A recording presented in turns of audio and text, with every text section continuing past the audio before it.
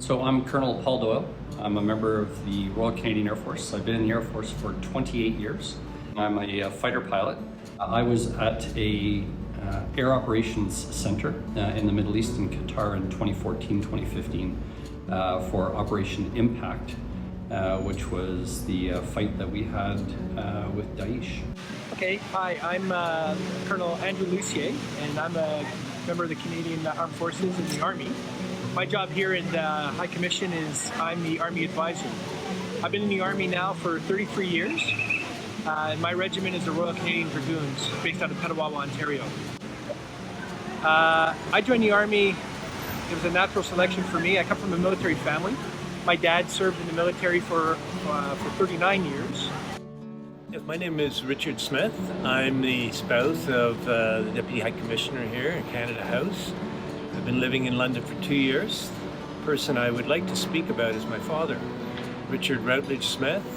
He was a lieutenant in the Royal Navy during World War II in command of motor torpedo boats.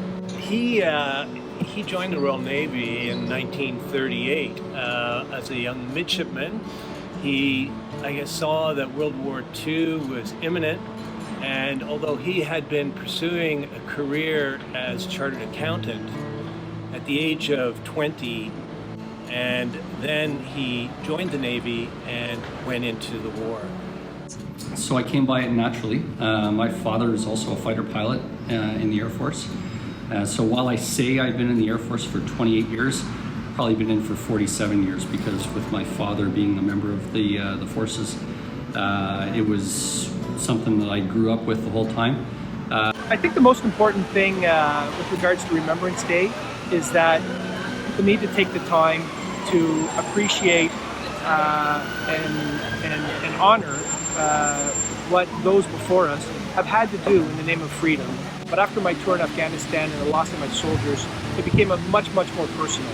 So this is no longer the memorials that I see, and this day is not just about the wars of my father and my grandfathers. It's also about my soldiers and my friends who died following my orders. It was a long deployment, but it was fulfilling it's difficult to explain.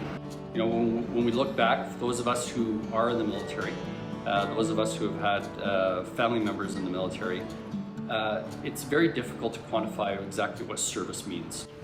You know, I think one of the opportunities that we have for those of us who are in uniform outside of Canada is that we're able to represent Canada.